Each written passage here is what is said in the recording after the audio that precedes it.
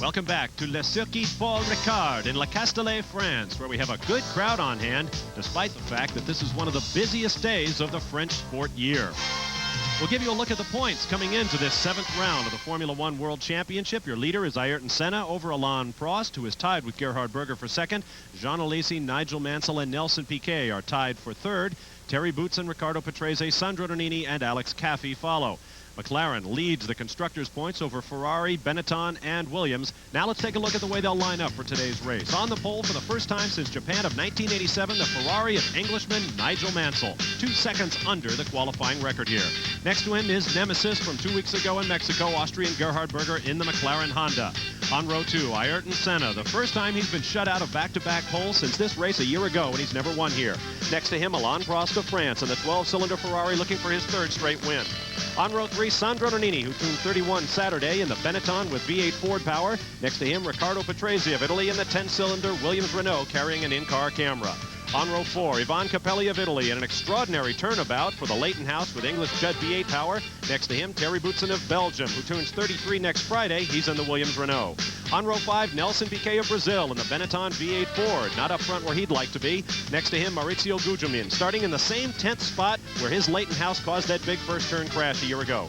Row 6, young French sensation Eric Bernard in the Larousse with Lamborghini 12-cylinder power. Next to Frenchman Philippe Ayot in the Ligier with the Ford Cosworth V8. Row 7, Jean Alesi of France and the Tyrrell Ford, the Pirelli tired cars, not doing well here. Next to him, young Japanese Aguri Suzuki in the 12-cylinder Larousse Lamborghini carrying an in-car camera. Row 8 will be Satoru Nakajima of Japan in the Tyrrell Ford with Pirelli tires. Next to Derek Warwick of Great Britain in the yellow Lotus Lamborghini. Behind Warwick on row 9 will be Martin Donnelly, his fellow Englishman. Those two have been joined to the hip at qualifying all year long.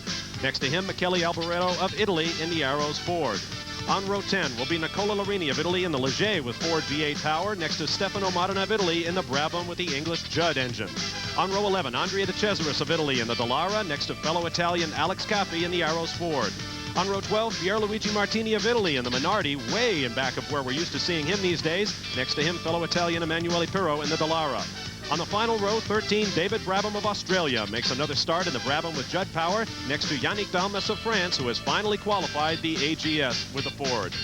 Those who missed the cut, Paolo Barilla of Italy in the Minardi and his fellow Italian Gabriele Tarquini in the AGS, Gregor Wojtek of Switzerland, and J.J. Leto in the 2 Onyx Fords. Olivier Griard of France missed out in the Osella, Roberto Moreno of Brazil in the Eurobrune, his teammate Claudio Langes of Italy, Bertrand Gachot, that is, of Belgium in the Coloni. They may lose their engines after the British Grand Prix next week, and Bruno Giacomelli failed to make a single lap in the life car.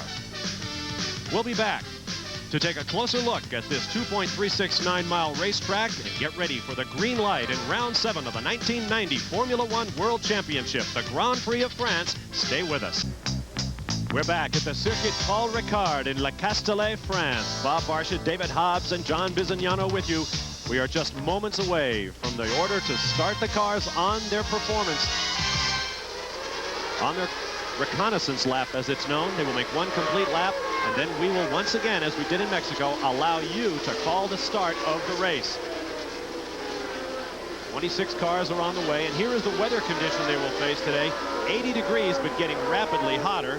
The wind is from the southwest at about 10 miles an hour, and it gets stronger as the day goes on. It's known as the Mistral, and it will be blowing in the faces of the drivers as they head up this long, high-speed back straightaway named for that wind. This is the Mistral straightaway. Only a 30% level of humidity, no chance of rain throughout the day. It has been very, very warm here at Paul Ricard all weekend. David, how about a little overall analysis of this track? Well, there you see it. It's basically 10 turns, although those bottom corners you see in the bottom right are very, very complicated. Long right-hander. Very much emphasis on right-hand turns here, which puts a lot of effort on that left front. Only about 15 or 16 gear shifts per lap, depending on your car setup. Very little, if no, elevation change, and one of the smoothest tracks in Formula One racing. It's all just been totally resurfaced. Now you got to look there at some of the in-car cameras. We actually have 4 cars carrying a total of 5 cameras. You're on board there with Terry Boutsen. He and Riccardo Patrese are both carrying forward-looking cameras, and there are other cameras on the Larousse machines. A quick word now from John Bizignano. Well, Bob, all the mechanics are coming off the grid, and the grid was in surprisingly good shape. Nigel Mansell, they were working on his motor and looked very concerned, but when he went off the grid, he sounded perfectly fine. The Benetton, they were adjusting the sway bars on both cars, and on Derek Warwick's Lotus, they were adjusting the back sway bar, trying to get some grip down these long straightaways, accelerating out of this last corner. This is probably the most quiet you're going to see this pit lane all the rest of the day, and everyone down here is very nervous. We got to be careful. There's going to be a lot of action. Thank you, John. I'm a little nervous myself. There's a look at the crowd. It is about capacity, and that's a bit of a surprise on this busy day in sports. Past most of them coming in this morning. I'm surprised that a lot of people didn't stay home for the World Cup and other sporting. There's Jean-Marie Balestre, the top gun in all of auto racing. Jean-Marie Balestre, the man on the right. The abrasive Frenchman who has run the FISA, International Governing Body of Worldwide Motorsport. On the left is Nigel Mansell. On the right, Gerhard Berger. They had such a tremendous race a week ago in Mexico. The rest of the cars forming up behind them. Nigel expressed doubts last night about this turn one. I'm sure he's had a word with Gerhard Berger about trying to get them both through that very, very vital first corner. He does not have the ideal line. He's going to have to come across the track from left to right. Have fun calling the first lap of the 40th French Grand Prix. We're going to lay out. If there's an incident, we'll be back. Turn up the volume and enjoy.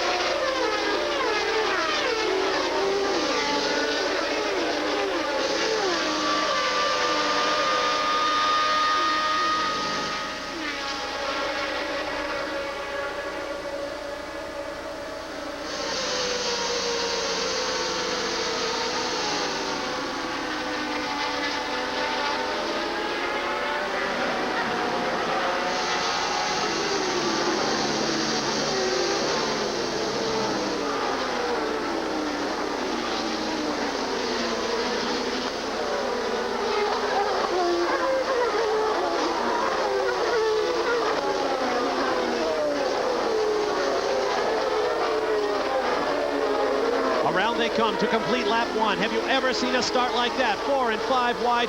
Gerhard Berger pulls out a quick 6-length lead over Nigel Mansell. Here comes Ayrton Senna taking a look out the outside. Behind him, one of the Benettons, I believe that's Nannini, lit him up. Followed by Patrese, Alain Prost, Terry Boutsen, and Nelson Piquet. Well, in all that excitement, I missed where Berger got by him because Nigel Mansell was definitely leading through the first two turns, and possibly he overtook him on this long back straight. We were darting from car to car and in-car cameras, and we missed that pass, and there's Senna going around Nigel Mansell to go up to the end of this straight. Now this is a surprise, flat out in 6th gear right here. Mansell and Prost were the two quickest cars, in fact in the opposite order. Prost over Mansell in the morning warm-up in race trim with full tanks. But right now Nigel Mansell is not the equal of the McLarens. There is Ayrton Senna. Well, today is going to be a tire game. It really is. And both the McLarens ran their tires off their cars in Mexico. And Alain Prost, of course, certainly did not. Nigel did to a certain extent. So I think today is going to be a really, they're going to play cat and mouse around here with each other's tires. And these two McLaren boys want to be very careful that they don't run their tires off. Hot today. There we are with Thierry Boutsen going down past the pit straight. There's Mansell under pressure from Nannini in the Benetton Ford. The V8 engine car is going extremely well here with these two very long straight. There is Nigel Mansell, perhaps playing it coy, waiting for the fuel load to lessen, for his Ferrari to really come on form. Accelerating to up to 199 miles an hour on the Mistral straight with the wind in their face. And maintaining 199 through this sharp sweeper here. None of these guys are lifting off. Maybe in traffic they lift a little bit, but when they're on their own, they manage to take that long right-hander absolutely flat out. Here you see the Beauzère, which is this long right-hander, and these cars are developing 4.9 lateral G's through that corner. Almost blackout. Nigel Mansell has a tremendous scrape on his left elbow as a result of the battering he took in Mexico due to those G-forces, no doubt. He has got Sandro Nannini right behind. Ahead are the two McLarens. It is Berger, Mansell, Senna, Nannini, Patrese. Make that Berger, Senna, Mansell, Nannini, Patrese, Prost, Boutsen, Piquet, Alesi, and Capelli, the top 10. Good run for Capelli. They've had such a bad season. David, let's take the course on a full lap. Well, we come into turn 1, which is the second gear. Then, as you can see, the road just has a little chink left. They slip it up to third for this second sharp right-hander, leading onto the Mistral straight. Whereas you've already said they reach speeds of about 199, 200 miles an hour, and sweep around this long, long right-hander at the end, maintaining that speed close to 200 miles an hour. Down to fourth for the double right hand, which is called Beauzère. This one here, they go down to fourth for that.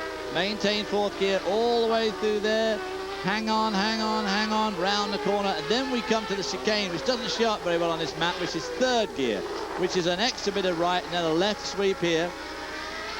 Then a long left, which they want to get right, because on the exit, they're going to lead into this long right-hander again, back up to fifth gear around here. Very important bit of road.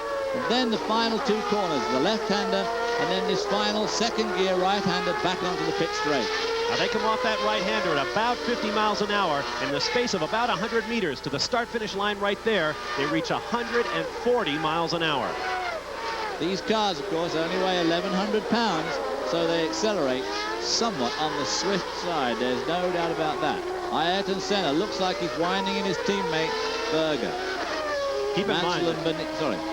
Senna has dominated every race thus far this year. Even at Imola, when he went out on the second lap, he was running up front. It's only been mechanical difficulties and some poor choice in his McLaren pit that has kept Ayrton Senna from winning virtually all the races this year. But I guess that's what racing is all about. You make mistakes and things break.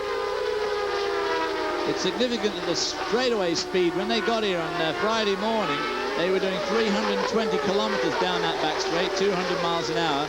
And this morning in warm-up, they had slowed up to about 307, whereas their lap speeds, of course, have remained about the same or a little bit better. And, of course, that is a function of how much wing they've piled on these cars over the weekend to maintain lap speed at the expense of straightaway speed. You see the McLarens pulling out a bit of a lead over Nigel Mansell in the extraordinary performance of the Benetton for Sandro Nannini. Berger, Senna, Mansell, Nannini, Petrani, and Prost. We'll be right back. France, Gerhard Berger of Austria, with 6 laps complete, leads his teammate Ayrton Senna by 1.014 seconds. Nigel Mansell and Sandro Nannini in close attendance, then a 2-second gap back to Riccardo Patrese, Alain Prost, Terry Boutsen, Nelson Piquet, Jean Alesi, and Ivan Capelli filling out the top 10. There you see Nigel Mansell pulling up once again on the McLaren. And just as quickly, Senna pulls out a lead once again. Now let's go to our onboard cameras, that is. You're riding now with Riccardo Patrese. Coming down to that second gear right-hander that leads onto the pit straight. Slow corner, but as you say, they accelerate from 60 to 160 by the time they cross that start-finish line. Down the long straight, under the pedestrian bridge, down to turn 1. Hard on the brakes, down to second. Bit of brake up there on the in-car camera.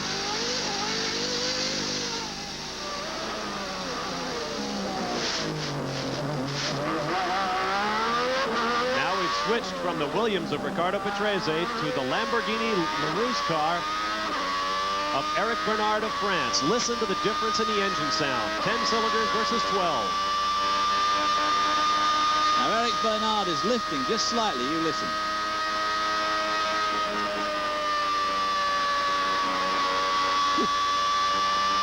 A bubble there. I can see why he lifted. Down to fourth. Misses the apex a bit there. Getting out of the throttle quite a lot there. The car is obviously using up more road than he wanted to. Down to third for the chicane. Left. Now he's got to make this left-hander count. Doesn't want to get too wide if he can help it. Because this long right-hander here, he'll be up to fifth gear length for this section. Even though the road constantly moves right, it's very fast. Down to fourth for this left-hander. Whoops, using more road there too. And then down to second for this last right-hander onto the pit straight. Missed the apex there rather. Oop. Obviously using quite a bit of road. Somebody going in the pits there in front of him on his camera.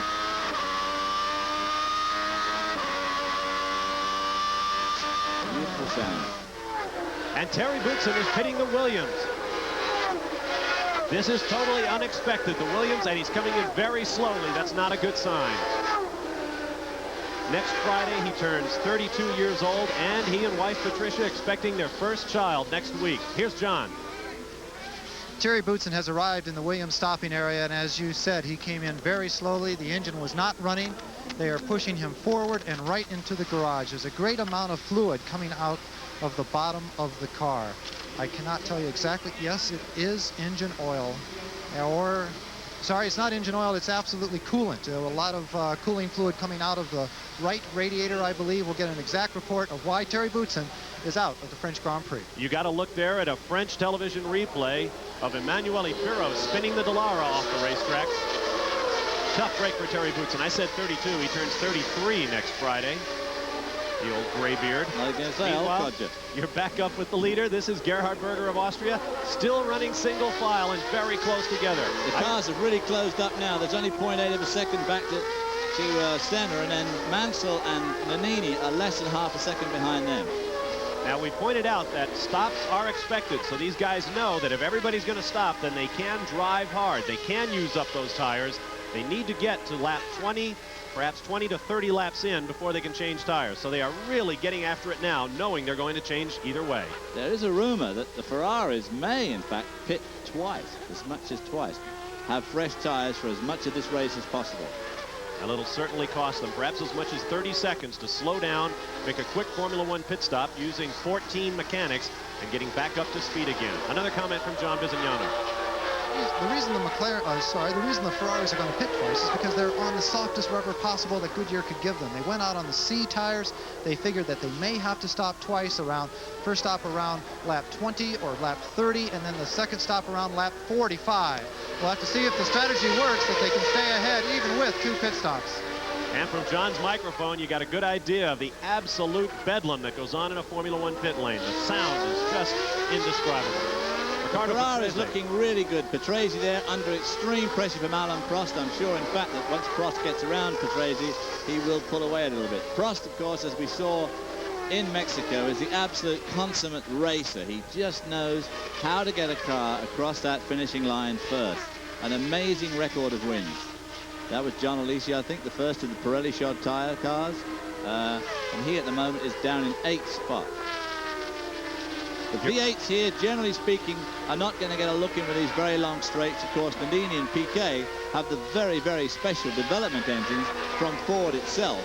And so they have a slightly different engine to all the Cosworth engine cars out here. And there's Nelson Piquet himself, the man who spent the weekend on his boat. Saw him going home yesterday afternoon on some huge motorbike. Looked extremely unsafe to me, but there it was. He seemed to be enjoying himself on the lovely twisty road down to Bandol. Riccardo Patrese runs in 5th position. I like the sound of that engine so much. Let's take a lap with it. Oh, that's too bad. We're having problems with that in-car. French television network SFP is providing our pictures today. There goes Sandro Nannini, having an extraordinary performance. Make that the French network TF1. They must be borrowing SFP's trucks, because that's all I've been reading all weekend. Down they come on the backstretch, the intermediate timing point where these cars have been reaching close to 200 miles an hour. Your top 10, Berger, Senna, Mansell, Nannini, Patrese, Prost, Piquet, Alesi, Capelli, and Bernard. The next 10, Maurizio Gugelmin, Aguri Suzuki, Philippe Ayot, Derek Warwick, Satoru Nakajima, Martin Donnelly, Michele Alboreto, Alex Caffrey, Andre De Genesaris, and Stefano Matida. These are the top 4, running very close together, 5th and 6th in close attendance. We'll be back to the Grand Prix of France in view like those of ESPN. Back at Le Castellet, Bob Varsha, David Hobbs, and John Bizignano with you. You're watching the battle for 5th place. Riccardo Patrese and Alain Prost. But of course, it is true to say that these cars do demand tremendous physical strength and endurance, and obviously ladies, women, do have tremendous powers of endurance, but sheer physical strength, I think that most women would find their work pretty well cut out in a Formula One car today. We should point out that there have been 2 women in Formula One, Desiree Wilson of South Africa and Lella Lombardi of Italy. Both started Formula One cars in the past. Not for very long, unfortunately. Let's get an update now from John. Bob, Desiree Wilson's actually living in Denver, Colorado now, organizing the Grand Prix of Denver. The Williams, of course, are down to 1 car. Terry Boutsen said, please excuse me for not being on camera with you, but my engine absolutely exploded. It was both oil and water coming out of that engine. It went in a very big way. It went right in the middle of the kink on the back straightaway. David Hobbs, I've got to ask you, with almost 5 G-forces going through that kink, what's it like when you lose directional control and have no motor? It's pretty horrible, and it's one of those things that you certainly hope's not going to happen to you, and you hope it's not going to happen to the guy right in front of you too, as he spreads all that fluid on the track. But you're right, John. Losing power in a situation like this, where the car is very heavily loaded, is always a tricky business.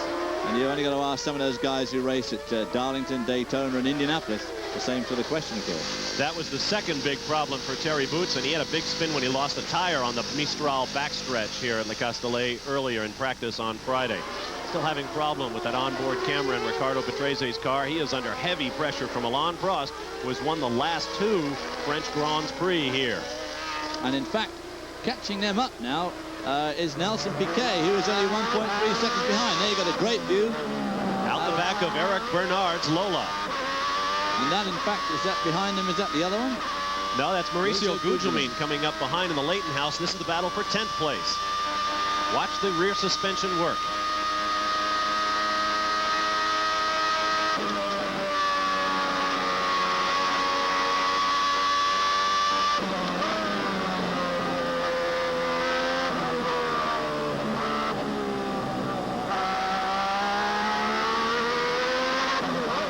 The shadings of tire, the shadings of color on the tire, which shows the way the tire is wearing. Over the curb hard. Poor old Mauricio, I'm sure, is being held up by Eric Bernard. Eric Bernard's lap times are just a little bit slower than most of the people around him, including Gugelmin. And Gugelmin, of course, is finding difficult with the Judd-powered V8 engine to get past Eric Bernard as we go down these long straights, but I know that if he could get round him, he would pull away. That's the V12 Lamborghini engine supported by the Chrysler Corporation. You're on the backstretch once again, picking up that battle between Patrese and Prost for 5th. Berger is your leader. He has pulled out 9/10 of a second over his McLaren teammate Ayrton Senna. 6/10 of a second back is Nigel Mansell in the leading Ferrari. Then Sandro Nannini 7/10 of a second behind Mansell. So it stays very close. There's a 2-second gap to this battle between Patrese and Prost. Remember, a year ago, Patrese's Williams broke on the warm-up lap. He would not have started the race, but for the big crash at the first corner started by Gugelmin. Patrese got back to the pits, got in his warm-up car, his backup car, I should say, wound up finishing 3rd in the race. Nigel Mansell's car was wrecked in that crash. He took Gerhard Berger's and wound up finishing 2nd. Great drive. Patrese, Prost, and then right behind Prost, you can now see the green Benetton of Nelson Piquet, who's storming back here. Looked like Sandro Nannini had a notion of going up the inside of Nigel Mansell's red Ferrari #2, but he couldn't get it done under acceleration. Nannini was 31 years old yesterday. In fact, he was born in 1959, the same year that yours truly started racing. So, fairly horrific statistic, one way or another. Ferrari drifting across the racetrack to protect the line and snapping back in front of Strange Nannini. to say that Nannini's car seems to be... Yes, Alain Prost there definitely got away from him. The car got away from him, and Nannini tried to capitalize, but couldn't quite pull it off. Nigel Mansell got a little wide. Nannini went underneath. Did I say Prost? Yeah. I'm sorry. Hey, I do it all the time. Nigel Mansell. There are the leading McLarens. Berger followed by Senna. Here comes Mansell with Nannini hot on his trail. It's amazing how that V8 has come to life here, so holding on to these V12s. And starting next week, the Benetton cars have a Series 4 engine, which is going to give them even more power than they've got here. So I'm sure they'll be looking forward to that. And it's been announced here that the Ford engines will be going into a brand new Formula One team next year, run by Formula 3000 team owner Eddie Jordan in Great Britain. They will not be the same specification as those in the Benettons, but they will be the new generation Ford power plants, not the DFR Cosworths. Watch these two guys go. 359 Grand Prix starts between the all-time leader, Ricardo Patrese, and the all-time leader in wins, Alain Prost. It is Berger, Senna, Mansell, Nannini, Patrese, Prost, Piquet, Alesi, and Capelli. And there are Alesi and Capelli taking each other off the racetrack nearly. They remain in the hunt. We'll take a quick time out and return to the battle at the 40th Grand Prix of France here on ESPN. Stay with us. pole on that blindingly quick road course at the Burke Lakefront Airport. And Rick proved at the end of last year at Laguna Seca he can win on a road circuit. Coming your way here on ESPN, 2 p.m. Eastern Time, 11 a.m. Pacific, live.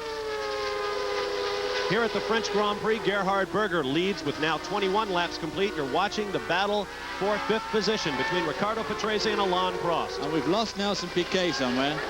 He was looking pretty strong. He was catching these two up, Patrese and Prost, and suddenly Nelson Piquet has gone. And we've now got a 3-second gap back to Jean Alesi, who we saw struggling mightily with Ivan Capelli. Obviously, Alesi not used to Capelli being up there jousting with him. Capelli, in fact, not even making a couple of races this year, including, of course, the last one. Top 4 cars in the middle of your screen. Berger, Senna, Mansell, Nannini, nose to tail here. 22 laps now done. And coming up behind the battle for 5th, Patrese, 36 years old. He made his Formula One start at Monaco in 1977 when Ayrton Senna was racing karts in Brazil and Alain Prost was in Formula 3. It's not often you see that this close a spread 22 laps into a Formula One race. That's quarter distance gone by. So, from what John says and from what we heard earlier about 2 pit stops for these Ferraris possible, they could be starting to think about making a pit stop now, but it seems hard to believe that anybody's going to stop in the white heat of this battle. I've got to believe if they do stop. Oh, Nigel, that's Alain Prost getting very wide. We already saw Nigel Mansell do that at the end of the front straightaway. Those tires may be going away very quickly on the Ferraris. I would think their hand would be forced, David. They've got to go to a hard tire and try to make it a one-stop race. They can't afford to drop out of this, as you say. Alain Prost with 41 victories, including 2 straight here in his home Grand Prix in France.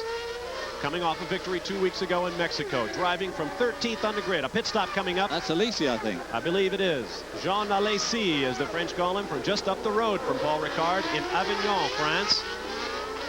John Visignano is there.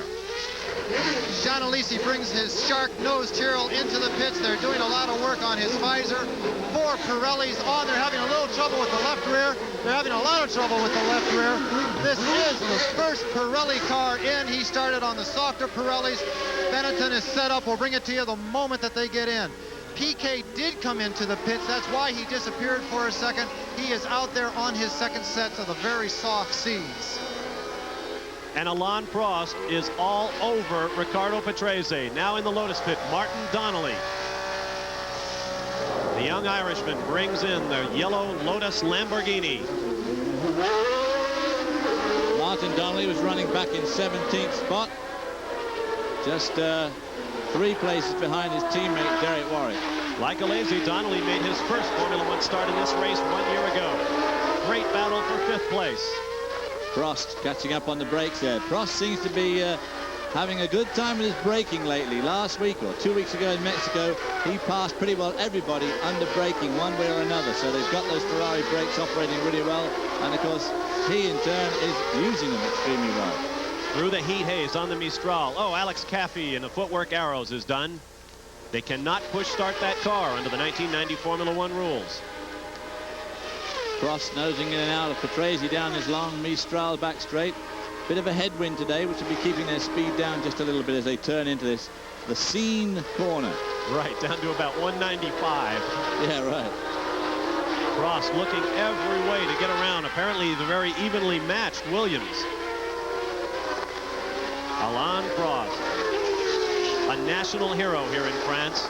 If you're wondering why we're seeing so much of this race for 5th and 6th position, it is, of course, because the one who's running in 6th is your actual Al Prost Francais. You disregard his 41 victories, and the last Frenchman to win a Formula One race was René Arnoux back in 1983. Look at how Capelli, how Alesi in the car on Pirelli's pulled in, and Capelli has wound this leading group in.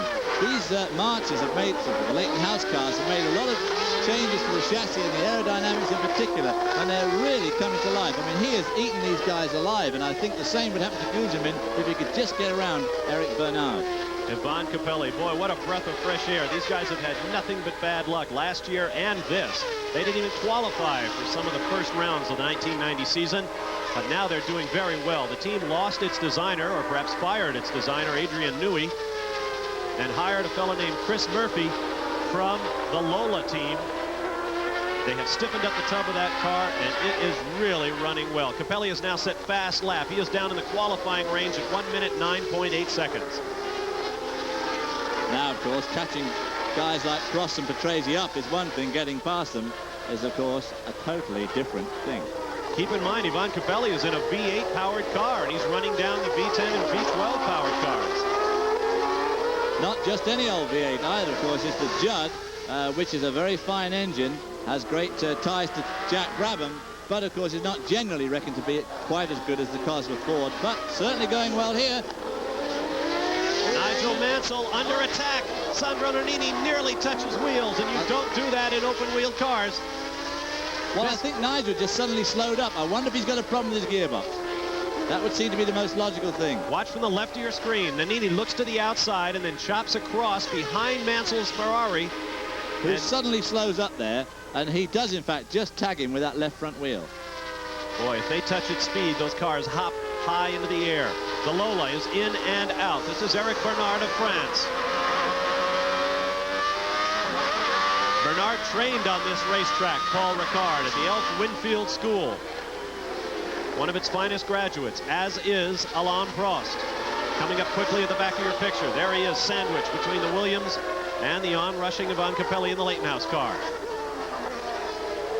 And Gugelmin, having got around Bernard, has made big strides on his teammate. He's 11 seconds behind Capelli. So both those Leighton-House cars now lying in 7th and 8th spot, and one of the Ferraris pulled in. One of the Ferraris is in. Prost. This is Alain Prost. We're ready. Coming at you, John. We're ready, and Alain Prost almost takes off my left foot. He comes into the stopping area. RPM screaming away. He must be revving this car up to 12 runs. The Ninja Turtles of Ferrari get this car out of here in about 9 seconds. Fantastic job. The boys in Ferrari yellow, they're setting up for the teammate, Nigel Mansell. He'll be here momentarily, and we'll bring it to you just as calmly as we did that one. John, here comes Ayrton Senna underneath his teammate Gerhard Berger, who takes a quick look to his right and allows the Brazilian to take the lead. So it is now Senna, Berger, Mansell, Nannini, and now Mansell is attacking Berger. There may be something wrong with the number 28 McLaren. Berger, of course, was the first guy to run his tires up in Mexico, and it could be that his tires have just about seen their best. John, if you can find out what kind of tires they put on Prost's Ferrari, I'd like to know. Absolutely, we'll get you that information. He started out on the C's as we reported before, and we'll find out what he went back on. But with the lesser fuel load, I would think that they would continue with the C's. Benetton coming in. One of the Benettons, Nannini, I believe, is coming in. And Berger. And Berger as well. Look out, folks. Nannini locks him up and almost misses his pit. Here goes McLaren, one of the best crews in the business.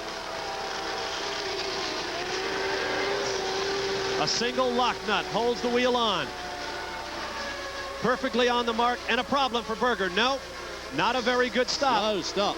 Over 12 seconds, nearly 13 seconds. A classy Formula One stop is about 7. And suddenly, Ayrton Senna has lots of room behind him. And Alain Prost had a brilliant stop there, certainly not so good for Gerhard Berger. And with the even matching of these cars now, you just can't afford a pit stop like that. Now, will Ayrton Senna come in? Recall that he did not pit with a leaking right rear tire at Mexico 2 weeks ago, and it cost him dearly. He finished 20th. Patrese and Capelli continue that battle for 5th place. It is Senna, Mansell, Berger, Nannini, Patrese. David Brabham going to pits there. Mansell moving in now on the leader, Senna. Behind him, Patrese trying to hold off Capelli. I put Nannini in that top 5. He is not in the top 5. He pitted. We'll wait for our electronic timing and scoring system to update the leaderboard as 28 laps complete of 80 scheduled. Onto the Mistral Straight. 200 miles an hour as the fuel load lightens. And from full to empty, it's about a 200 to 250 pound difference. And that is really a lot in a car that only weighs 1,100 to begin with. Into that double right-hander. Flames come out of the exhaust on Nigel's car, and there's Patrese and Capelli. Capelli now really putting the pressure onto Patrese. A young and a not-so-young Italian, but a very experienced Italian whose car we're in now. his 14th season of Formula One racing. Riccardo Patrese, 199 starts. Next week in Britain, if all things go well, he will make his 200th Formula One start. That is unprecedented. Senna is in. Here comes Senna, John. By Ayrton Senna, the man leading this French Grand Prix, comes whistling into his pit area, and the perfect people from McLaren go to work. A little bit of trouble with the left rear, a little bit more trouble, a lot of trouble with the left rear. They are having an awful time with that left rear. There's one big nut. The brakes are smoking. A lot of distortion down there in that particular area. My gosh, these left rear corner boys are ready to slice their throats down here. Looked like very bad stop for Senna. 17 seconds plus. That may be the decisive moment, at least in the first half of this race. It looked like they had trouble with the left rear hub. It may have stripped. You saw the mechanic pick up a new one and shove it onto the hub. Well, I don't know, but I expect there's going to be a lot of debating in the McLaren pit over the left rear crew. They seem to, both cars seem to have problems with that left rear tire. It could have just been purely coincidence, but I'm sure that there'll be a lot of investigating going on. Stefano Modena coming through in the Brabham. They're going to have a new engine soon as well. Nigel Mansell is pitting, John. Here he comes. Modena will take over a Yamaha engine in 1991 with the Brabham team. Let's get to the Ferrari pit. Nigel Mansell following the colors of the Tricolore into his stopping area, clearing out the Benetton boys on his way. It looks quite smooth, not as fast as his teammate. A little problem on the left front of the car down, and my gosh, look at that smoke going out of here. We talked to the Goodyear gentlemen, and they say that he did put C's back on all the way around. Ferraris, they are running on C compound, they're very soft, and the Williams are still out there on the B. 10-second stop for Nigel Mansell. Despite the problem, that's not too bad. Well, of course, it's just given him 7 seconds over the rest of the field, or over his main competitor, Ayrton Senna. And tell you, with the way these cars are going today, 7 seconds is going to be jolly hard to get back out here on the racetrack. Wow, well, after that kind of pit action, we'll take a quick timeout to reshuffle our scoreboard. You're watching live the French Grand Prix. Stay right there. For takeoff on a race course that's a runway. The Budweiser Cleveland Grand Prix from Burke Lakefront Airport. Today at 2 Eastern, live on ESPN.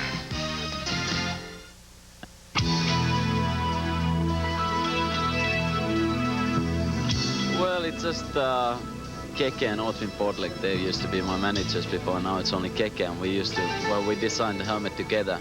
And of course, they are always thinking commercial things, you know. It has to be looking good, and you have to get the sponsors and everything on. And normally the Finns has some blue on the helmets, but I got black, and I really like it. I prefer it that way.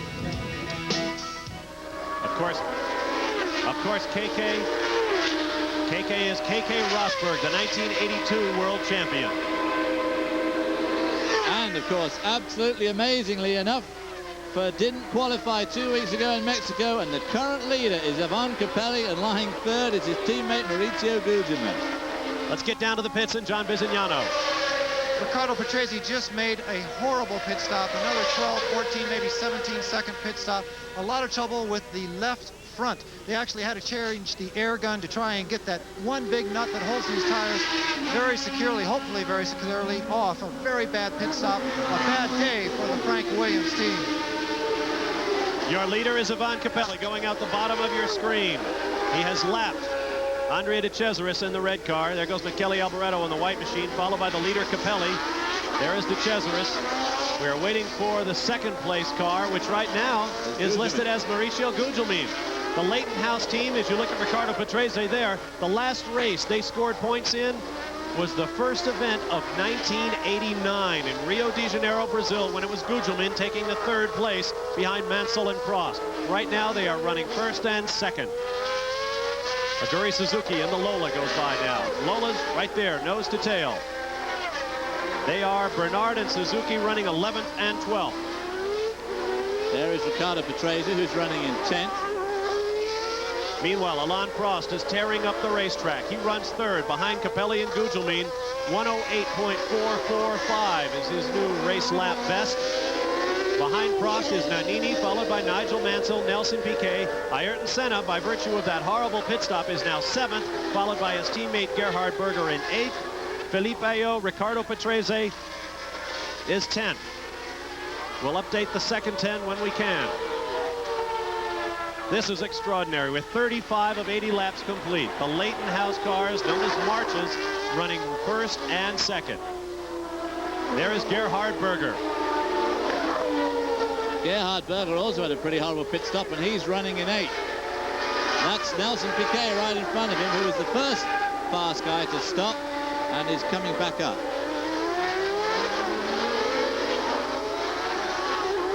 Now keep in mind, our leader has not pitted, so we expect a further shuffling, but this is a great day for Capelli and Gugelmin. They must be driving with crossed fingers and toes, hoping the cars will hold together. The new designer for that Leighton House team is a fellow named Chris Murphy, who, as I mentioned, came over from Lola. In addition to being a fine designer, he's also engaged to Cynthia Harvey, a famous ballerina from America. Well, you just live and learn. Watch ESPN, and you just learn all sorts of stuff. You're going to get me letters. Here comes Nelson Piquet, who's got that huge yacht down in the harbor. Looks like one of the Ligers heads for the pits, maybe Felipe Ayo. Here comes Michele Alboreto. I haven't seen much of him. And now our leader, Ivan Capelli. Cameramen not looking exactly who to look for at the moment with Capelli leading this race. Such a surprise, but such a nice little guy. He really is one of the nicest Formula One drivers out there. Such an easy interview and so easy to get along with. And of course, they've just been struggling so badly the last 2 years. As you say, the last points they scored was the first race last year. And look at this now, first and second in this race. Of all places, here at Paul Ricard. His best finish is a second at Portugal at 1988. Capelli was the original lead driver for that team when it was known as the March team. He was then joined by Gugelmin, and they just swept everything before them. They were picked as sure winners at the end of the 1987 season. But there's Gugelmin, who's lying second, and that right behind him is Al Prost, who had a fantastic pit stop and is now running in 3rd spot. And I'm sure will shortly annex the lead of this race, because both Capelli and Gugelmin have yet to make their tyre stop. Make that the 88 season, in which so much was expected from March, and then it all came apart last year. Oh, Prost must be thinking, is that who I think it is in front of me? It can't be. He must be a lap down. Why doesn't he get out of the way and let me through? Because he's going just as fast as you are right now, Alain. Capelli, lapping at 1 minute 9 seconds, has a 7.3 second gap over his teammate Gugelmin. Prost less than a second behind, in fact less than 3 car lengths behind, followed by Sandro Nannini and Nigel Mansell. Leighton House, Ferrari, Benetton, Ford, Ferrari. Senna in an undistinguished, unusual 6th place for him, is now 4.5 seconds behind Nigel Mansell, who is 3 seconds behind Nannini, who in turn is 3 seconds behind this battling duo here. Prost taking the long way round that long right-hander, but I think it takes less toll on his tyres by doing that very wide approach. He's also got Andrea de Cesaris in front of him to think about. And you need to concentrate when passing Andrea. That's an understatement. It's a very nice word, that, Bob. You need to concentrate. I must remember that. Hey, he was once picked as a future world champion by designer Gerard Ducarouge. And what's Gerard Ducarouge designing today? He's designing for the Lola LaRouche team, I believe. Capelli takes the inside line onto Cesaris and the Dallara. Gugelmin, I beg your pardon. With Prost right behind, uneventful corner. You can see they shoot straight across what is essentially supposed to be a right-left-right combination. It's basically 2 corners and not 3. Onto the Mistral, Capelli, and right there is Prost. All I can say is that Prost must be running an incredible amount of wing to try and help his tyres to not eat Ivan Capelli's car up on that long straight. This is where he goes wide. See how wide he goes here compared to Gugelmin. You'd expect the V12 Ferrari to really eat that car alive down the back straight, and it doesn't. But it is very quick here in these corners, which would indicate that he's carrying a lot of wing, which is helping him through the corners and also helps his tyre wear a lot. But he's obviously not doing much with straight line speed.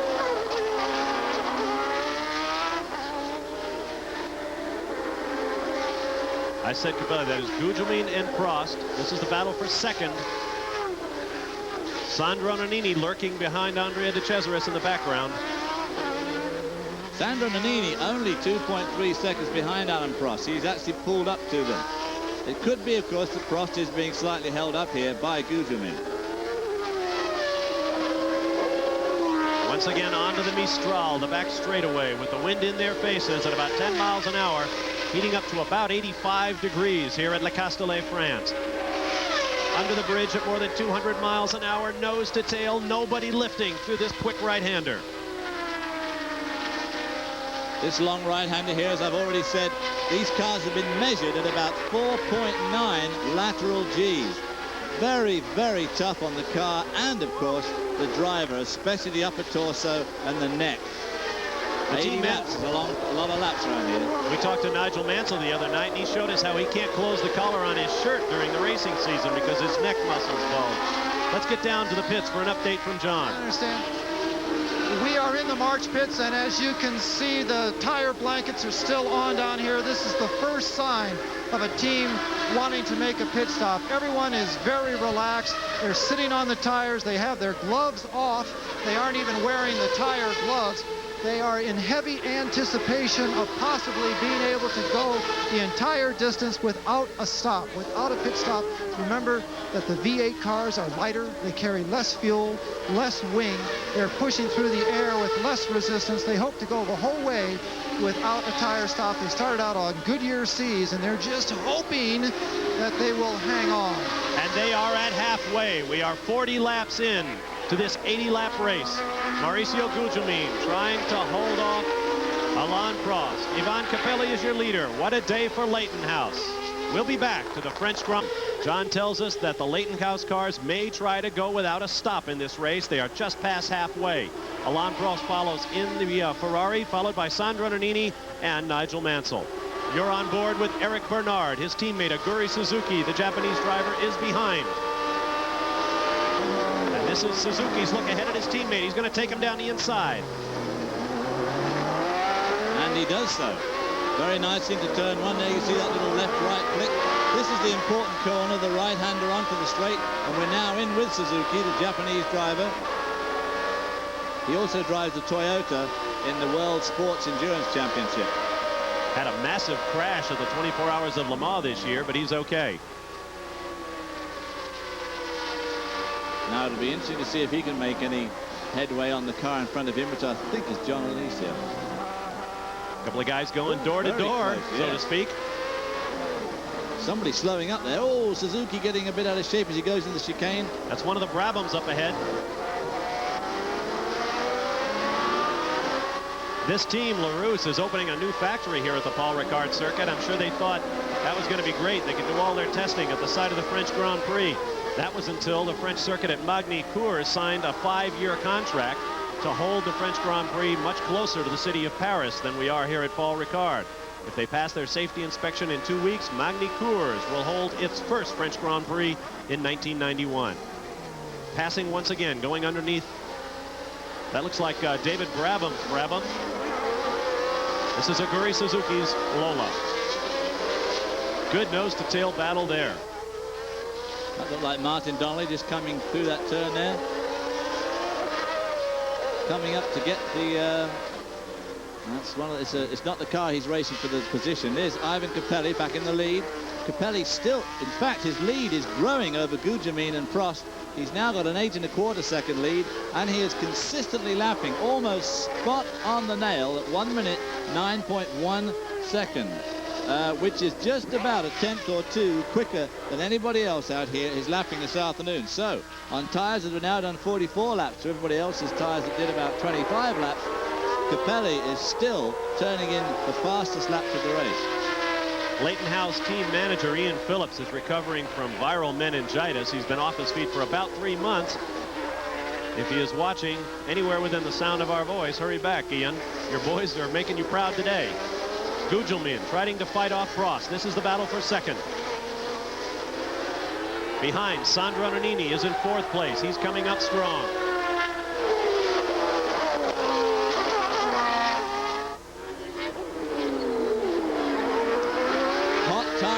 out there today, very dehydrating with such a low humidity, high temperature and extremely hard work.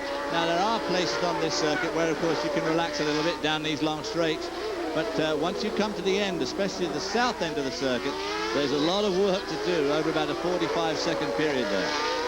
Onto the backstretch. Temperature in the mid-80s, humidity 30%, light breeze blowing in the drivers' faces on this back straightaway.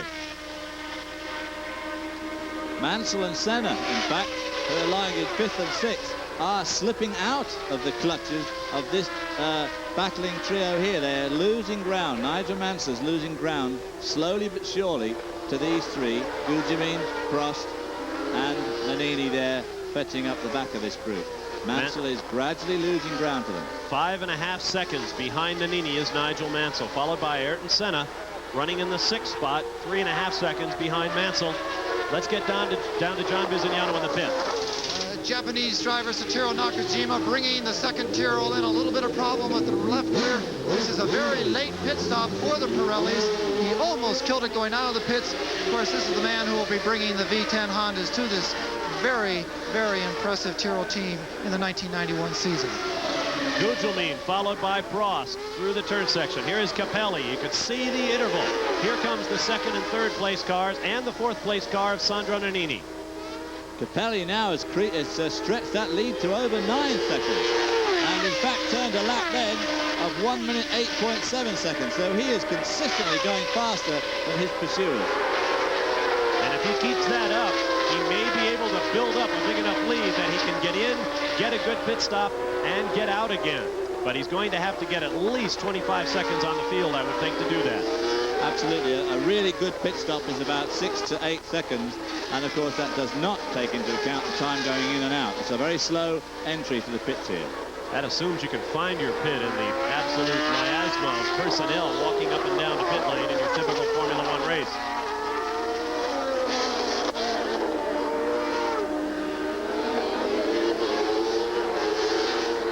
Closing up as they come at you down the front straightaway here at Le Castellet. That car in the back of the picture is Nakajima, who, of course, has been lapped in the Tyrrell. It is Capelli, Gugelmin, Prost, Nannini, Mansell, and Senna in your top 6. We'll update the rest as we get them straight. And while we do that, we'll take a quick timeout. You're watching live the 40th French Grand Prix. Not just a whole lot faster, but a whole lot better. As Satoru Nakajima takes his Tyrrell down the Mistral straightaway at Le Castellet in the circuit Paul Ricard.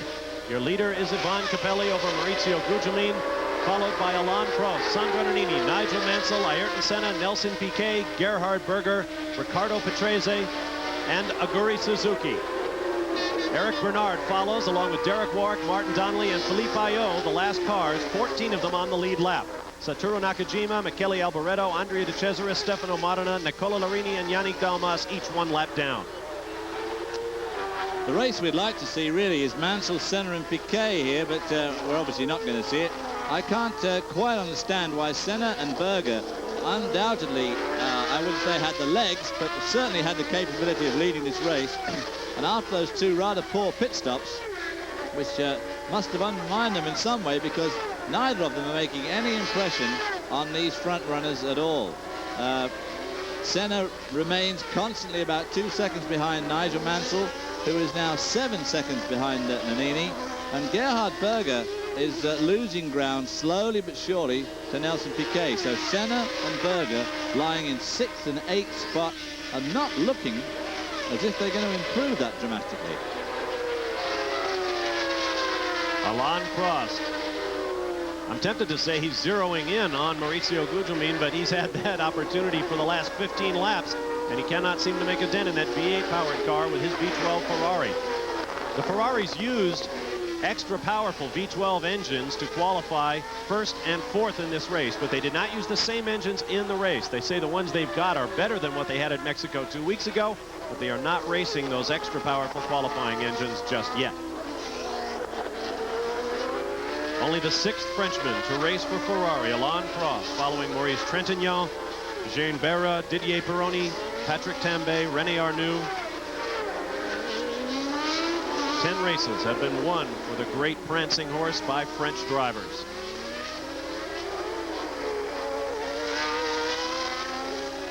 Make that 11 races.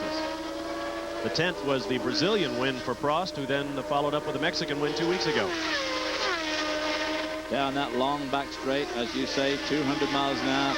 Really, really drafting. Oh! What a place to look for a pass. Nearly had him. Drafted right off him. This is where he does that very long, wide sweep.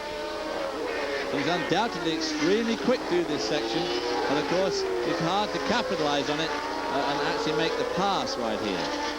Well, as we all know after watching Arie Luyendyk's performance in the Indy 500, positioning is everything. And Alain Prost, in contrast to what he had to do 2 weeks ago in Mexico when he simply had to make a blind rush through the field, now is poised to perhaps win this race again. Derek Warwick comes in the Lotus.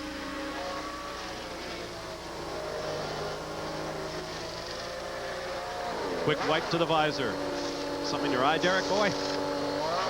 Another of the really fine gentlemen in Formula One. Derek Warwick, always with a smile or a joke. Nice guy. And of course now a Honda dealer. No commercial messages. It is still Gugelmin, Prost, and Nannini running second, third, and fourth. Let's go aboard the in-car camera of Eric Bernard, presently shown back in 11th place, running just behind his teammate Aguri Suzuki. Listen to the sound of this V12 engine.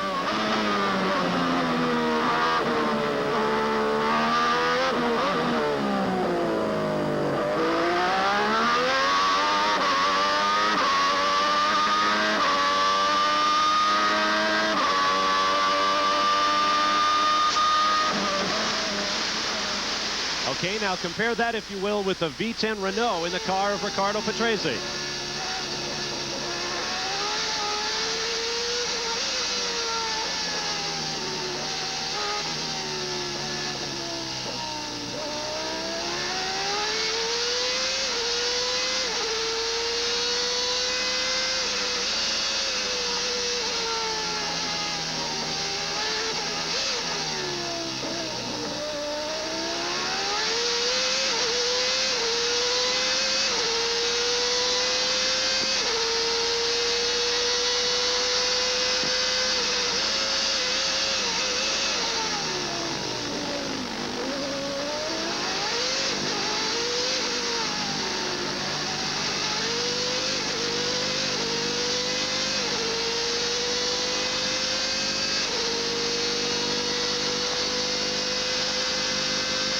Listen to see if he lifts at this sweeping right-hander.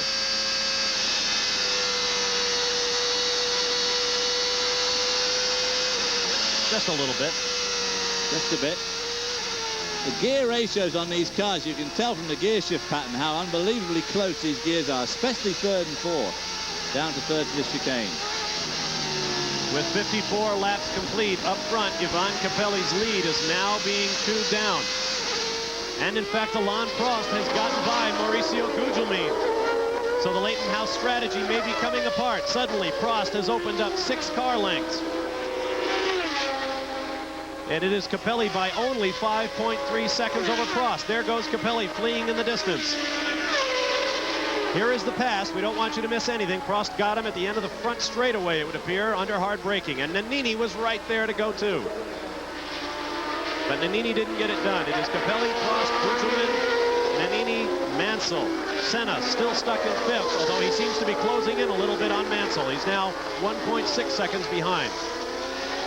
Remember, the top 6 position pay points, and that is what this man, Alain Prost, needs right now. He is tied for second in the standings with Gerhard Berger, 8 points behind leader Ayrton Senna. 9 points for first, 6 for second, 4 for third, 3 for fourth, 2 for fifth, 1 for sixth. Take your best 11 races of the season, and you too could be world champion. Capelli remains your leader. Prost has knocked another second off that lead. He is just 4 ticks behind. We'll be back in a moment. Their cars. When a Formula One car comes off a Grand Prix circuit, it is a very hot item. and the team management wants to know exactly how warm certain components are running. They do this by securing heat strips to those components at which they want to monitor the temperature. This discolors at the maximum heat, and therefore they can be recorded as soon as the car comes in from the pits. Then the engineers with the mechanics decide on how best to keep these components within their maximum running range. It can be too cold or too hot. One of the reasons that Grand Prix cars do not finish races is because of too much heat, things actually breaking down because of too much or too little temperature. And that problem can be solved by applying something as small and simple as these heat stickers.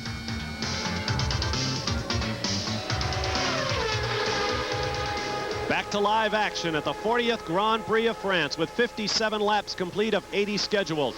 Your leader is Ivan Capelli by 4.4 seconds over the Ferrari of Alain Prost, the big crowd favorite here at Le Castellet. Maurizio Gugelmin in the Leighton House runs third, followed by Sandro Nannini in fourth, Nigel Mansell in the Ferrari in fifth, and Ayrton Senna in the final points-paying position sixth. Senna is catching up with Nigel Mansell. He's now only 0.8 of a second behind, and Mansell himself is also catching up with Nannini. So hopefully Mansell, and there is Capelli. Capelli, your leader, and behind him, being by a bunch of back markers, wasn't he, going down to turn one. So of course we're not going to see what happens. Big opportunity for Alain Prost to close in. Our pictures being provided by the television network TF1 here in France. Oh, and Gugelmin is done.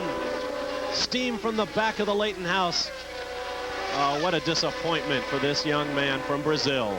Right on the front straightaway in front of all the fans, who ran so well for so long, but it's not the tires that let him down, it's the engine. Well and truly blown up by the look of things. There we see Capelli, and there, right behind him, is not Capelli. That is Gerhard Berger.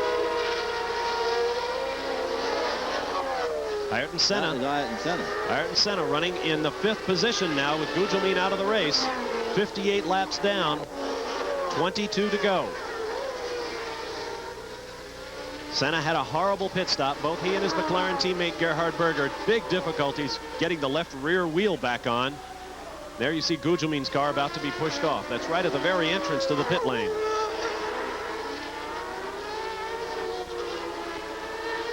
Very interesting pit layout here at the Circuit Paul Ricard. There are two overlapping pit entrances, much like a highway cloverleaf.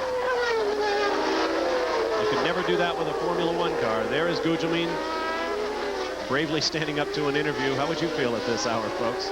After trying so hard under such conditions, only to have it all go up in a puff of steam. Actually, Gugelmin's pretty good about interviews, and a couple of other guys might have decked that guy. We somehow missed that, but Senna, of course, has in fact got around Nigel Mansell. That was Nigel Mansell behind him.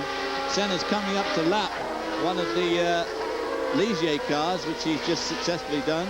Is that? I can't see the number. Either Ayo or Larini. So Senna is now in fourth spot, and he's just over 4 seconds behind Nannini. Coming on strong, his fast lap thus far, the one he just turned, 108.573. Not the quick lap of the race thus far, but as that car gets lighter, having burned off fuel with 21 laps remaining. And there's Capelli now being covered extremely closely by Alain Prost. Can he get round this car going to turn one? Yes, they both managed to do that, but that puts Prost right on Capelli's tail as they go onto this long back straight.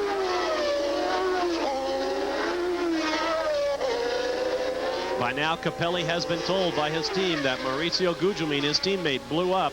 So Capelli is no doubt glancing down at his dashboard. Here comes Ayrton Senna. So that is the gap. Back to Senna in fourth spot from the lead, and 60 laps have gone, 20 laps to go.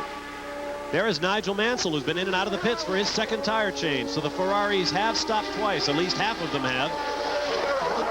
Now then, 20 laps to go. Interesting to see if Prost will. Somehow, I don't think he will. But there you see a good picture of how much rubber these guys are leaving on the track. You can see it lying around. And in fact, you can see it being kicked up. Little balls of rubber keep getting flicked up in the air. Up there you see the almost like a gravel pit. The dark shading. It's called the marbles. Somebody else in the pits. Was that in fact Prost? It was a red car. It might have been Prost. No, it isn't. Capelli to the right of your screen, Prost to the left. The battle for first place in France.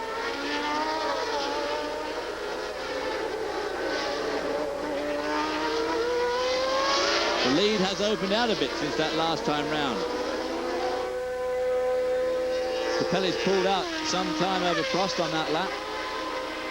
Nannini in fourth is 5.5 seconds behind Prost. Senna 4.8 seconds behind Nannini in fourth.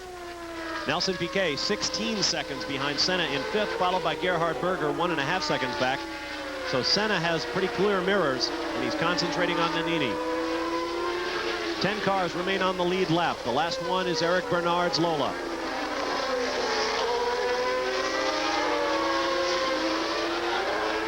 Let's go down to the pits now, where John is standing by with Maurizio Gugelmin. Maurizio Gugelmin, your best drive for a very long time, but what took you out of this French Grand Prix? We just managed to balance the car really well, and we're running very soft tires, and that helped, and we didn't have to change. But the problem is the oil light came on about 10 laps before blow up, and basically I was just waiting to go and just went in front of the pits, unfortunately. Let me ask you, do you think that your teammate has enough tire, a good enough tire wear to stay out there, or will he have to come in? Will he have to surrender his lead? No way, he'll do the whole distance. We both plan to balance the car really well. We're on the softest tire, and our car is working really well. I just hope his engine lasts. Maurizio, best of luck in 1 week's time in Silverstone, and I'm very sorry about your result here. Thank you. Well, there you see Ivan Capelli, and you heard it from his teammate. Capelli will try to go the distance without a tire change. And that would be his first victory. Shades of Gerhard Berger with the Benetton team at Mexico a few years back, when he clamped on Pirelli tires, never stopped, and stole the victory. There's the man of the hour as far as French television is concerned, Alain Prost.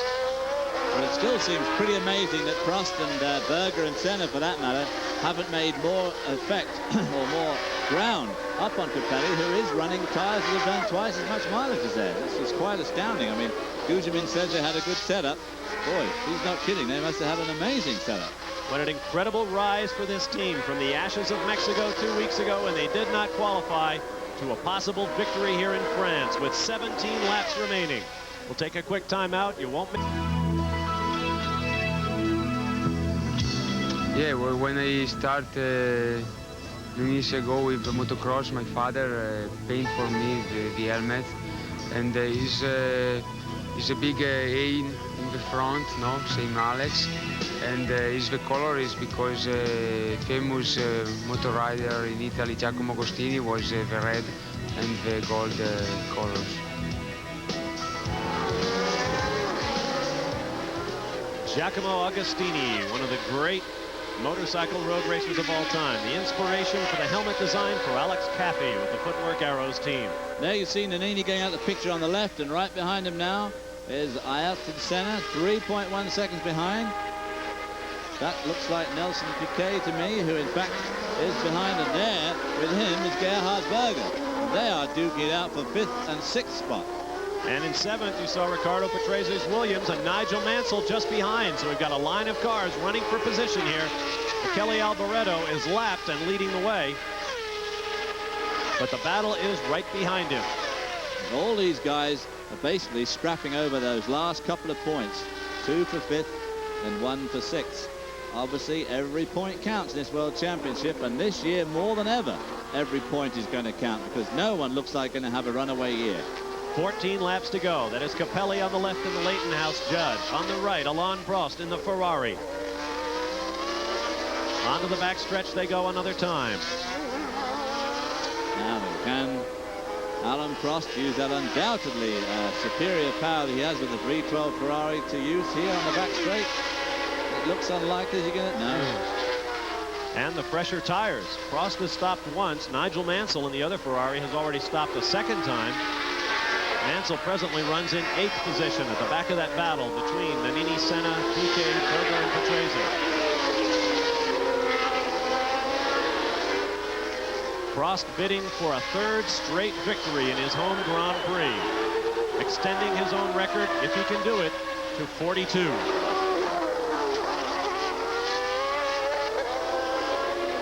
A V8 Judd with your normal manual shift transmission versus the V12 Ferrari with that unique computer-controlled semi-automatic 7-speed gearbox in the red Ferrari. And that 7 speeds does give you a significant advantage on accelerating onto these long straights, because it just breaks up the gear ratio pattern, just closes them up, keeps the engine closer to its peak performance the whole time.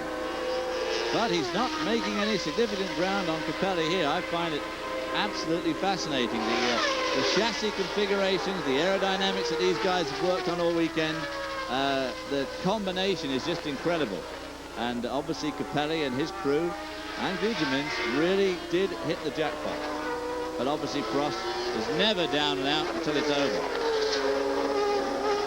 It has been a great battle all day long. We've seen nose-to-tail racing all over this 2.36-mile racetrack. And what an extraordinary story Ivan Capelli is.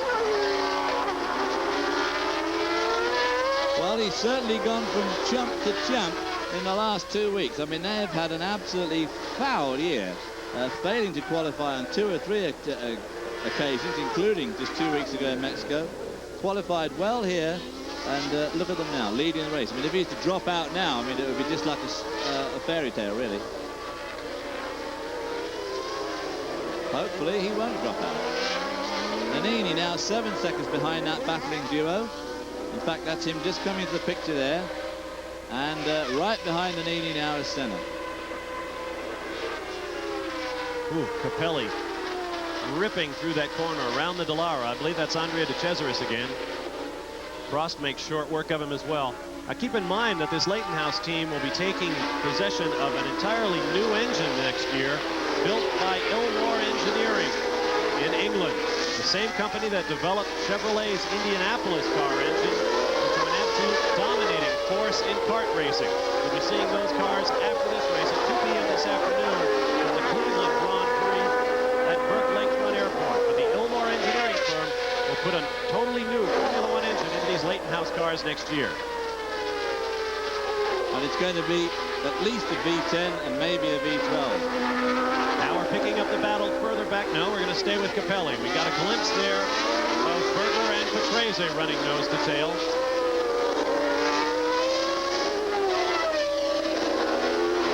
There is Andrea De Cesaris with that Ford Cosworth-powered Dallara, definitely off song. Kind of sounds like maybe he's broken a exhaust header or something.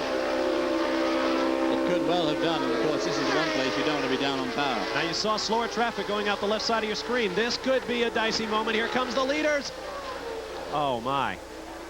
Prost just nipped in underneath that Brabham. That in fact is Eric Bernard in front of them in the Lola. Went well in practice and qualifying, went incredibly well the first day. In fact, it's actually slowed up as the weekend's progressed.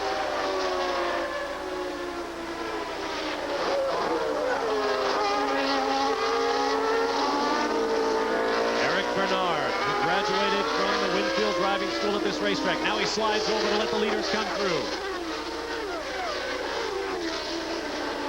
Capelli with Prost right there. 70 laps down, 10 remain. Oh, and Berger lit up the tires there. That Berger under pressure from Mansell. Mansell, I think, yes. Good Lord, we're going to get a replay of Mexico. All over again. Mansell and Berger battling for that 6th and final points-paying spot. Now you're on board with Aguri Suzuki running in the 9th spot. Here come the leaders by. Suzuki being put a lap down. 8 cars that is, remain on the lead lap now.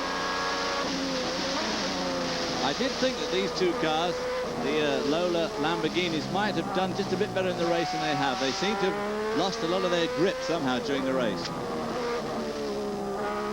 This is a very high-speed circuit, and we have another coming up next Sunday in the British Grand Prix. We'll be watching live. We hope you'll join us. Alain Prost.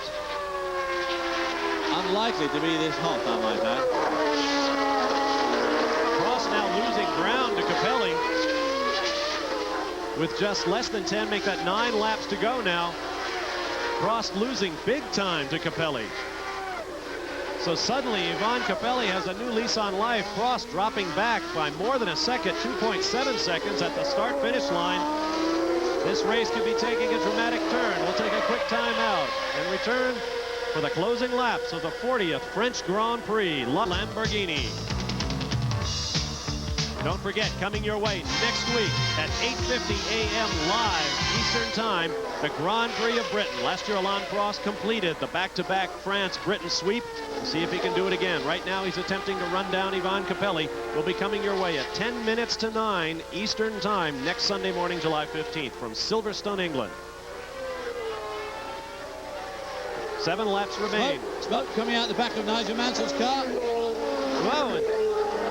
Oh, tough break for Nigel Mansell. Gravel flies everywhere, hand in the air, signaling he's slowing down. It's like the engine has expired on the Ferrari.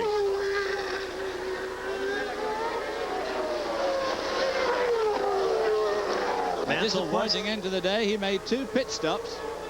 Here we see again Gerhard Berger round that long, fast corner at the end of the back straight, and there you see the Ferrari of Nigel Mansell losing a lot of oil, whether the engine is erupted or just an oil pipe or even the gearbox, we don't know. And that looks like Patrese doing the same thing, unless it was just his tires. I think that was tires, Simone. Yeah, it was. Mansell was running in 7th position when he dropped out. That moves Patrese up to 7th with lap traffic behind him. We have 7 laps, make that 6 laps to go as they flash across the start-finish line at 140 miles an hour.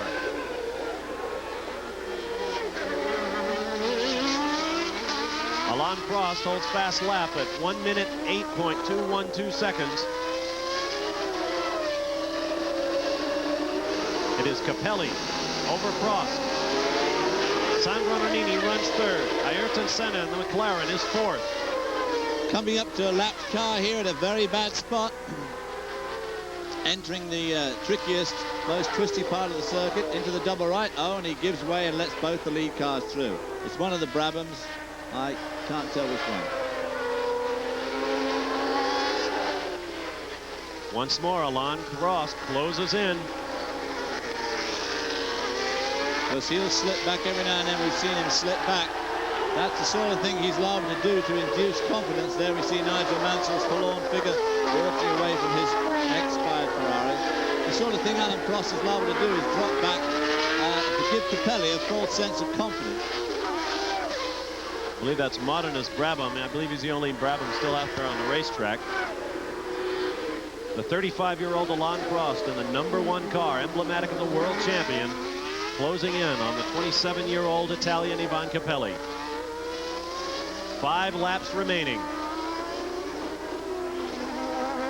The race here running absolutely record speed for this event. Capelli and Prost down that long back straight with a 5-second advantage over Nannini, who's lying 3rd, who in turn is another 5 seconds in front of Senna, who seems to be able to fail to make any significant move. Oh, Prost looked at the outside there. Now he shifts to the inside. Alain Prost knows with 4 laps remaining, when they hit the stripe this time, he must make the move soon. But Capelli certainly seems to be up to the task. Let's take another look at it. That long, wide sweep to the outside. Capelli goes wide. Prost nearly gets up the inside, but is denied the pass. That is the thrust and parry of Formula One. The tires look good on both cars, even though Capelli has run start to finish on a single set of Goodyears. Prost has stopped once. And you must remember, you know, that Capelli has had a very, very bad year. And to lead and win a race takes a certain amount of practice and know-how. And he is definitely out of practice at leading races, whereas Alain Prost, of course, has led more than anybody else in history. And so for Capelli to hold Prost off under extreme pressure like this is no mean feat. There's Ayrton Senna running in 3rd position, but he is 10 seconds down to the battle. Nigel probably running to avoid all those well-wishers who would swamp him at the lowest moment in a driver's career. So Sandro Nannini, we've lost Sandro Nannini somewhere. So Senna is now in 3rd spot. 10 seconds behind Prost, but no Nannini. How terribly, terribly disappointed for Nannini, who had such a great run. He's out there somewhere. Let's keep our eyes open, see if we see him as the leaders pass. If in fact he is stopped out there, Nannini shows up nowhere on the electronic scoreboard. Ayrton Senna inherits 3rd, but as I said, he is 10 seconds behind the battle for the lead. 3 laps remaining.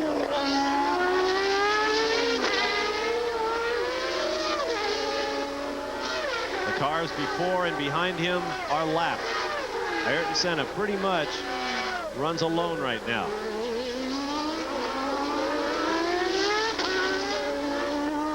Well, at one point, the McLaren was the car you absolutely had to have to win a Formula One race. We said that Ferrari had come on even terms, but now, from absolutely out of nowhere, it's the Leighton House. Here's Prost, bid for the lead, and he makes it. And the crowd goes berserk here at Le Castellet. The hometown favorite, Alain Prost, with 3 laps remaining, 2 laps this time around, has taken over the lead, and as he did at Mexico, he has come to the front as cagily as you could possibly do it. Well, the newer tires and the extra wing all played into his hands there. He got more downforce going into that corner, which allowed him to get round the inside of even Capelli, whose tires must be getting a bit ragged by now. I thought I saw a puff of tire smoke off of Capelli's left rear as the pass was completed. He had to turn out a little bit to let Prost by. There's a look at how the folks around here think of Alain Prost. But it hasn't always been that way. Early in his career, he drove for the Renault factory Formula One team. Had a falling out with that team, left under a cloud, took a tremendous beating from the French press, and things have never really been the same between them. But with McLaren and now with Ferrari, he has gone on to be the all-time winningest driver in Formula One. Should he win today, it will be his 42nd. 1.5 laps to go. Senna runs in the 3rd position, pretty much untouched, which would mean 9 points for Prost, 6 for Capelli, 4 for Senna, and a net gain of 5 in the championship for the 2nd place Prost over the 1st place Ayrton Senna.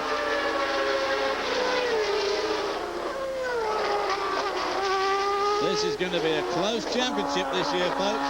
Do not go away at any cost.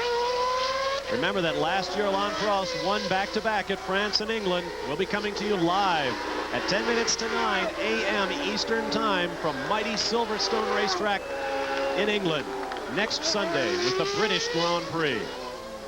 And that will be a very special occasion. Every British Grand Prix is. We're on the last lap. Of course, other major sporting events taking place around the world today is the Siebkens Upper Boddington Open, which is being played on the sports field at Upper Boddington, England. This, of course, is a famous annual affair, almost as famous as Alain Prost winning the French Grand Prix. What are they playing? Cricket, of course. Oh, of course. For the Siebkens Oar. What a sticky wicket. The sound of the crowd almost drowns out the sound of that 12-cylinder Ferrari Streamer as Alain Prost completes his final lap of the Circuit Paul Ricard in Le Castellet. Perhaps the final Grand Prix here for years and years to come as it moves to Magny-Cours next year. And with a wave of the checkered flag, Alain Prost picks up his 3rd successive French Grand Prix, pulls immediately to the side of the road, and look at the response from his countrymen. Ivan Capelli, you've got to cross that line. Here comes Senna. Oh, out of fuel, perhaps? Must have been. Capelli over Senna by the nearest of margins, and I'll bet that's one happy young Italian as well. 2nd place is as good as a victory. Prost won that race by 10 seconds, which is just about the difference in the pit stops. His was 7, and Senna's was 17. And I'm afraid that it's got so competitive now, there is no way you can give up 10 seconds in the pits. The last time Ferrari won back-to-back at the hands of Gerhard Berger, Japan and Australia back in 1987. And now, in his 1st season with Ferrari, Alain Prost has brought them back-to-back victories. So we have 3 victories each now, 3 for Ayrton Senna and 3 for Alain Prost. 1 for Riccardo Patrese at Imola. And Prost and Senna and Patrese will all be there in a week's time at Silverstone for the Grand Prix of Great Britain. We hope you'll join us live. Allez, Alain, the great French national hero, and there is the podium that awaits him. We'll return to France. Ricard circuit at Le Castellet, and look at the fans storm the pit lane. Their man, Alain Prost, has come through with his record-extending 42nd career Grand Prix victory. After an incredible display of nose-to-tail racing, Prost cagily stalked Ivan Capelli, who tried to go the entire distance without a tire stop and came within 2 laps of pulling it off. It must be a very happy Ferrari garage indeed. Let's learn more now with John Bizignano in the pit lane. We're with Steve Nichols from Utah, USA, and also the chief designer for Ferrari. Steve, I don't know when I've seen you so happy. Well, maybe a couple of weeks ago in Mexico, but other than that...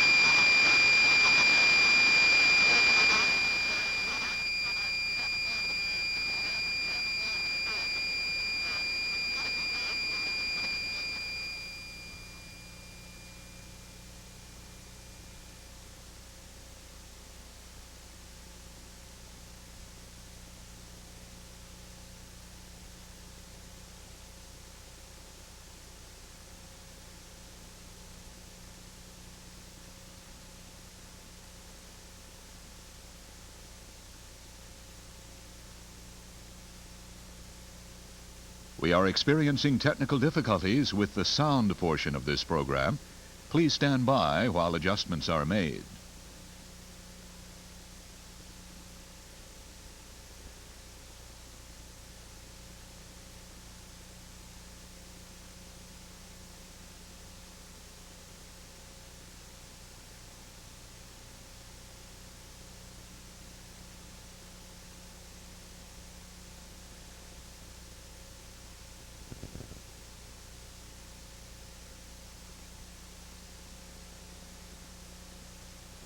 Asking us how to go about starting racing driving. Well, back in the prehistoric days when I started, of course, my heroes were people like Ned Jarrett and Benny Parsons. And so I went into saloon car racing and took Mother's Morris Oxford off to the races and hopefully drove it home again. But don't worry about how I started. Today we asked a lot of these drivers how they got their start in racing. So I saw the first time in Formula One in Monza when I was 14 years old. And I said with my father, could be nice to have a go-kart and to try to make to have some fun, to try to drive.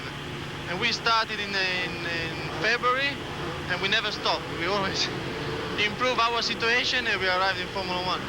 I was 6 years old, and I started with the go-karts. And I drove go-karts 8 years, and after that I drove 2 years motocross. And then I started Formula Fords in 1985, and now in 1990 I'm in Formula One. I had a passion for this sport, and I started with rally, and then I started with Formula Abarth, and then as a Formula One. But I like this. Well, I did karting for about 10 years, since I was 10 years old till the age of 20. And after that, because I won the World Championship in karting 74, and I didn't want to stay anymore in that category, I decided to go for just fun and an experience to motor racing. I think it was not really a step that I tried to do to be a professional as a start. Then things they came quite good, and very quickly in 2 years I found myself in Formula One, and I went on. I started by the go-kart at 11 years old, and I start after by the Winfield School when I'm 11 years old. 18 years old, and I win the French Championship in the Formula Renault Turbo, and I continued in Formula 3 and 3000, and now in Formula 1. As you heard, most of those drivers got to Formula One through go-karts and Formula 3 and other lesser formula. But Eric Bernard came here to the Winfield Driving School right at Paul Ricard. They've had a great record in Formula One racing, and other notable pupils are Jean Alesi and, of course, Alan Prost. However, in the United States, don't give up. There are lots of very good racing drivers' schools all over the North American continent. The way to find these schools is through racing magazines or through some of the clubs like Sports Car Club of America or IMSA. But don't forget, if you really want to get to the top in racing, either into Indy cars or Formula One, you're going to have access to about $1 million. $1 million a season. Don't forget to send us your questions for the drivers. On the podium, your winner, Alain Prost. A very tired Ayrton Senna, who probably doesn't want to spend a whole lot of time with Alain Prost on a podium, particularly when he's not on the top. Wanders off. And Ivan Capelli probably never wants to leave that second place position. He wants to stay there as long as possible. There's Fiorio. Cesare the Fiorio, chief engineer with Ferrari. Let's take a look at the final results of today's 40th running of the Grand Prix of France. Alain Prost, your winner, over Ivan Capelli of Italy and Ayrton Senna of Brazil. Nelson Piquet finishes 4th, followed by Gerhard Berger and Ricardo Patrese. In 7th, Aguri Suzuki with a fine performance for the LaRousse team, followed by his teammate Eric Bernard, Philippe Alliot, Kelly Alboreto filling out the top 10. Derek Warwick in the Arrows, it's a force of habit. In the Lotus comes home 11th, followed by his teammate Martin Donnelly. They not only qualify together, they race together. In 13th position, Stefano Modena of Italy, followed by Nicola Larini, Andrea De Cesaris, David Brabham coming home 16th. I thought I noticed that he was out of the race, but he comes home a fine 15th, 3 lap down, make that 16th.